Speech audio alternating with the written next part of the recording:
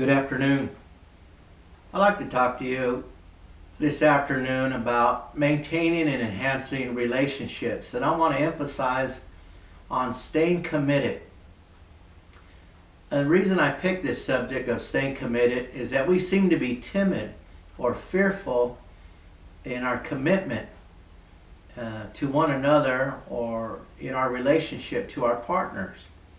In our manual intimate relationships, it states that people who are committed to a partnership, who want and expect it to continue, think and behave differently than less committed partners do. They perceive themselves, their partners, in the relationship in ways that help to sustain the partnership, and they act in ways that avoid or diffuse conflict, and that enriches the relationship. They perceive greater overlap between their partner's lives and their own. And they use more plural pronouns with we, us, and ours, replacing I, me, and mine. This change in self-definition is referred to as cognitive interdependence. And we could talk about other behavioral maintenance mechanisms, like when our partners encourage us to be all we can be, supporting the development of skills we want to learn, endorsing our acceptance of promising new roles and responsibilities, and promoting the self-growth we seek. Both our relationships and our personal well-being are enhanced. That's called the Michelangelo phenomenon. Or we can talk about the accommodation and self-control, staying content, repairing relationships, preventive maintenance, marital therapy, etc., etc. But I want to talk to you about experience that I have in staying committed. Over 35 years ago, I got married to my high school sweetheart right there in Yuma, Arizona, on First Street, little wedding chapel there.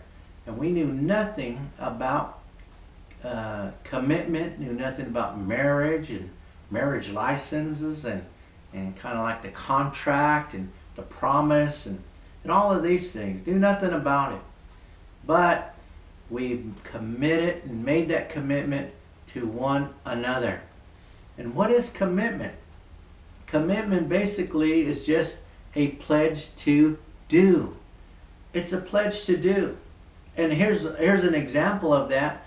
Something pledged, especially an engagement by contract involving financial obligation. We write or we deal with contracts all the time. Contracts such as, and we don't even think about it, but they're like car service contract or a child care contract, a home health care contract. You even could have a dog walking contract or a food service contract. But basically, commitment is a pledge to do.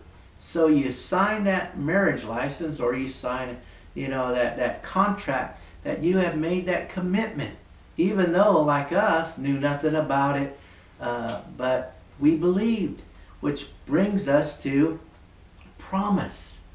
We promised in that contract or in that license. And what does promise mean? It just means something that has the effect of an expressed assurance, indication of what may be expected. Of what may be expected. So we didn't know what to expect, but what may be expected. And then faith comes there. Strong or unshakable belief in something, especially without proof or evidence. And again, through our daily lives, we believe and have faith in things all around us, not really realizing it. But for whatever reason, we don't have faith and belief in our relationships to fully commit to one another. Let me give you an example. Today, as you came into class, you came and you sat down right on that chair. Not inspecting that chair, not even giving it a second thought that that chair might not hold your weight, but believing and having faith in that chair that it would hold you, and certainly it did. And so what I'm trying to say is we have, through our daily lives, contracts that we sign, not giving it a real second thought, or belief in things all around us, not giving it a second thought. But when it comes to commitment, we cannot commit because we're timid or we're fearful of that commitment. And through our marriage, it hasn't been easy. We have to work at it all the time.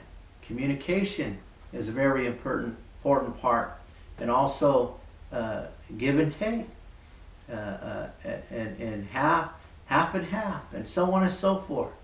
See, we all want the benefits of marriage or a relationship without the commitment, and it will not work. It will not work. So what I want to encourage you to do is, don't be fearful, don't be timid about commitment. And once you've committed to someone you want to spend the rest of your life with, it's a good thing, and it's everlasting. Until, for us, it's been great, and it will continue to be great experience in being fully committed to one another. Thank you.